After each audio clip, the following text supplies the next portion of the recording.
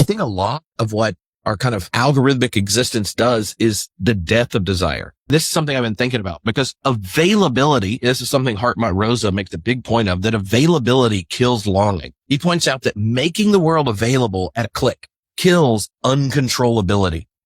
The Advent stories are the stories of uncontrollability. They are surprises. They're chaotic moments. And uncontrollability is actually required for desire to flourish. The kind of desire that's grounded in something beyond the stimulation of the immediate, and a completely controllable world, one that I think we're increasingly infatuated with as a culture, is one that Rosa points out actually mutes the world, and it becomes unappealing because there's nothing left to discover in a world that's fully available in the kind of mediated digital reality that's there. My mind goes directly to the comedy show, The Good Place. I don't know if either of you watched that, but the spoiler alert for anybody, I guess.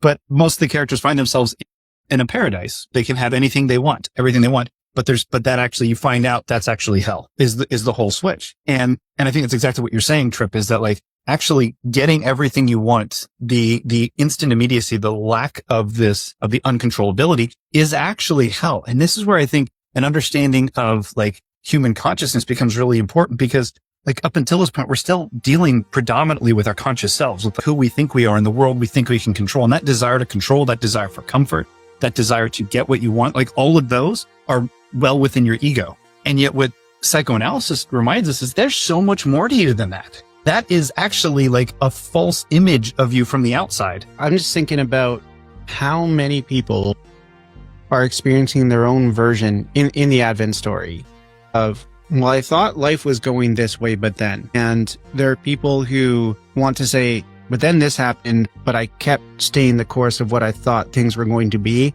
And then there are people who say, and then maybe right away, I realized that things needed to change or were changing and I needed to catch up, or I need a moment to contemplate this before I figure out what I'm going to do. And Zechariah comes to mind.